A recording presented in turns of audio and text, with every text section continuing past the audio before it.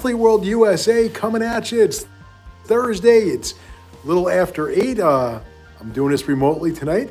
I do everything remotely, but remotely from being remote, I guess. On the road tonight. Hope everyone's doing well. Favorite part of my week right here is connecting with you, and hope it's been a great week for everyone. Seems like the world is a little bit more scary right now, and but I always try to bring you good news because everything we're doing at Student Athlete World feels like good news right now. If you've been following our social media, and I know you have, just this awesome string of meetings from all around the world, literally. Most recently, I had an interview with Croatia, not with the whole country, with an athlete from Croatia not long ago, which I found to be just very interesting and fun and just amazing. Just a great kid, great family. We had a meeting for Student Athlete World Canada not long ago, working on a tour next year, which will be our first for Student Athlete World Canada, plus the possibility of Student Athlete World USA going to Canada, which we're not ready to quite announce that one yet, but we're working on that one feverishly. And then most recently, we had meetings with a group from Poland to potentially travel there. And this week, a meeting with a group from Bangladesh, a basketball group who are looking to travel to the United States and use our services the way that we perform these tours internationally. And for me, it's pretty sweet and pretty amazing, just because really before joining Student Athlete World, I had traveled before, I'd seen the world, been areas like Australia and some Caribbean stops and loved it and really enjoyed traveling. But my interest in world travel wasn't peaked until I started with Student Athlete World.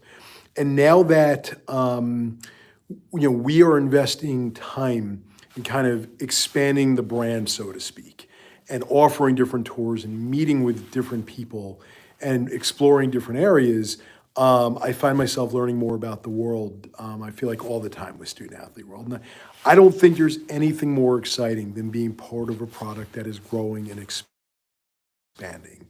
And here at Student Athlete World, and I've said this before, we are actively looking to do that. Are we just going to have 80 different tours to choose from? Probably not. We want tours that we know that our athletes and families are going to want to travel to. We have another one actually coming up, I believe, tomorrow.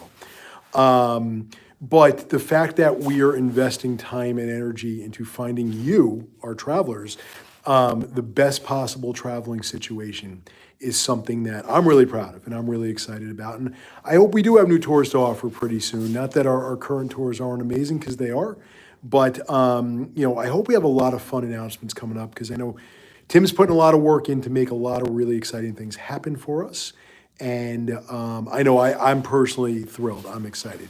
The other news I'm really excited about is email from Tim a short time ago that last year was the second most successful year in the history of the company, and we may just well beat last year's total traveling numbers, which would be amazing. So as always, I am so thankful to all you who travel with us. I am thankful to our families and friends, and I'm thankful to Tim for continuing his vision to make this company just better all the time. And it's the biggest challenge I get is always, how do we do this better? And we're certainly getting there. So it's a great time at Student Athlete World.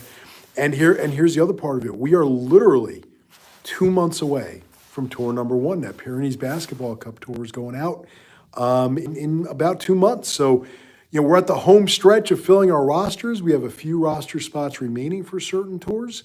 So it's a fun part of the year. It's an exciting part of the year. I know I'm getting ready for United World Games and can't wait to be there. And all of our other tours are just looking great. So to our families who are traveling with us, if you're watching this, as I butcher the English language yet again, I hope you're as excited as I am about the summer that's coming up. And if you're watching this because you're curious about our tours, know we do have some roster spots available for this coming summer. Not many, but there are a few out there. And we're already working on 2026. And so this is the way things are going. These are not the type of opportunities to sit back on. Get those applications in. And now, What in the World? So tonight's What in the World is brought to you by Boar's Head. Welcome aboard, Boar's Head. I'm excited to welcome you as a sponsor. And I bring up boar's head because, so as those of you who regularly tune into this show know, I'm down close to 60 pounds year over year. I know my massive face doesn't show it, but certainly feeling great physically. And one of the things when you diet that happens is you crave your old favorites, and me, I'm an eater. I like food. I wish I could eat the way I did even a year and a half ago and get away with it, but I can't.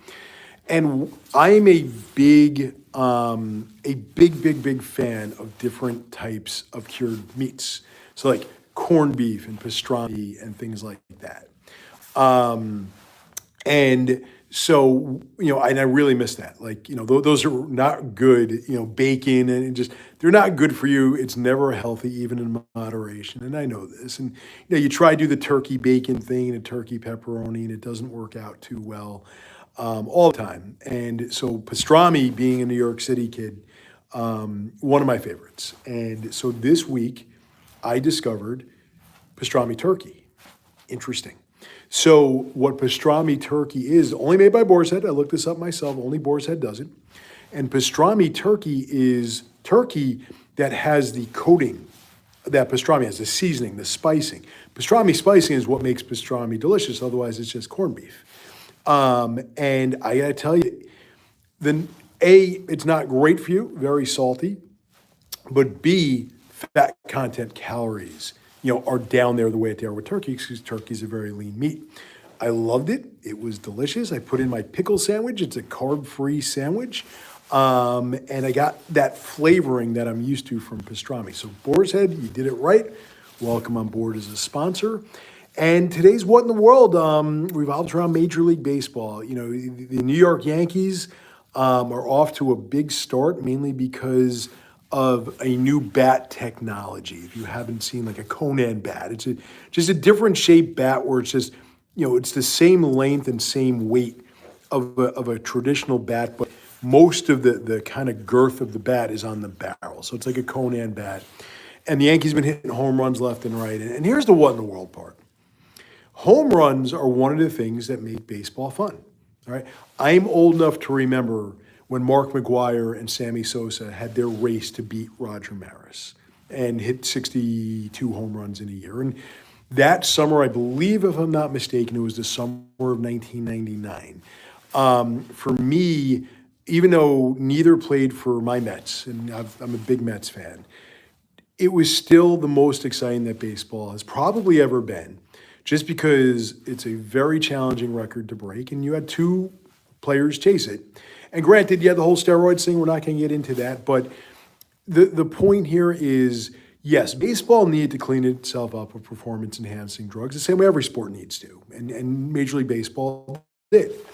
Now, one of the things I remember seeing or listening to an interview with Cal Ripken, where he was asked about steroids, because he shattered a durability record in baseball that no one will probably ever break. And he said, I never took them, but one thing I tell you about steroids in baseball is that they worked. And it was like, holy cow, here's someone not advocating for steroids, but almost endorsing the impact that steroids had. But baseball, like every other sport, needed to clean itself up and rid itself of performance-enhancing drugs. And so what has happened now is you have a new type of bat that is allowing players to hit home runs at a rate that is abnormal. And immediately, like the Yankees had a big opening weekend to the season with a bunch of home runs, the immediate response was, oh, we have to ban these bats. And my question is, why? In my opinion, if technology, an even level of technology, where steroids were almost unfair because some players used them and some didn't, and the players who used them had a benefit that the players who didn't use them have. That's not an even playing field. But these bats, if they're open to every team in Major League Baseball, and from what I've read, they are, and they're made the same way for potentially every player in Major League Baseball, my answer is don't ban them, encourage their use. Okay? I love baseball, all right? And I love all sports. It's just the way I'm built. If there's a major sporting event on television, I'm watching because I'm coded to love sports. In baseball, 1980s